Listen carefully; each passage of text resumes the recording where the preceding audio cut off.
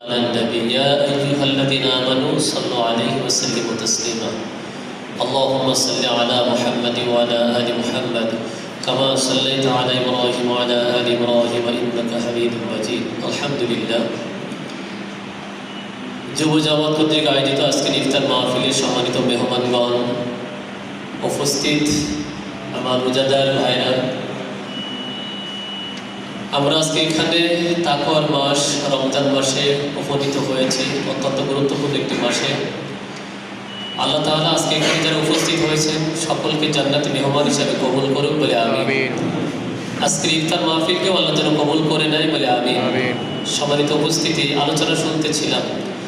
আলোচনা করাচ্ছে শোনার ভিতরে অনেক জ্ঞান তৈরি হয়, বলার ভিতরে ভুল হয়, শোনার ভিতরে জ্ঞান লাভ হয়। আমরা মনে করি যে কথা বলতে পারে সেই মনে বড় হয়, যে শোনে সে ছোট, আসলে কিন্তু তা না।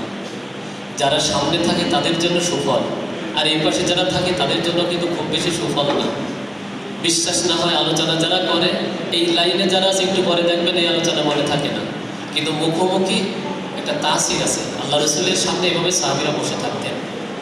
হযরত আবু দারদা রাদিয়াল্লাহু তাআলা আনহুর ফজরের নামাজে ৩২০০ পর্যন্ত ছাত্র হতো। কতজন? ৩২০০ ছাত্র হতো ফজরের নামাজে, শুধু কিছু আলোচনা শোনার জন্য। আর আমাদের আলোচনা, আমরা যখনই দেখি কোনো আলোচনা হবে তখন চেষ্টা করি, যদি মসজিদে বলা হয় যে আলোচনা হবে তখন মানুষ তাড়াতাড়ি উঠে যাওয়ার চেষ্টা করে।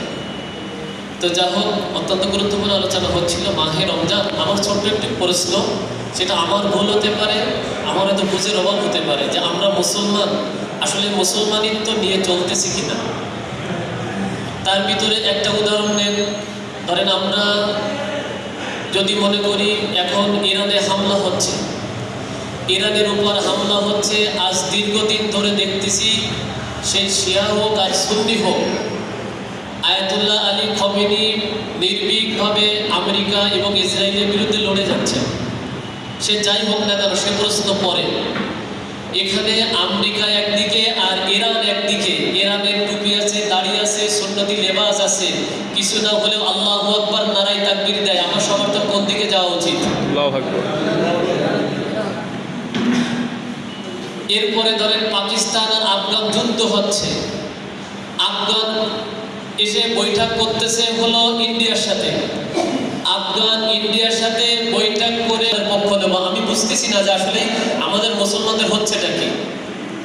উচিত ছিল মুসলমানের যাতে যুদ্ধ না হয়, তাহলে যুদ্ধ বাঁধাচ্ছে যে লোকটা, সেই লোকটাকে আমার বন্ধুরা শত্রু। তাহলে কিভাবে আমি ইন্ডিয়ার সাথে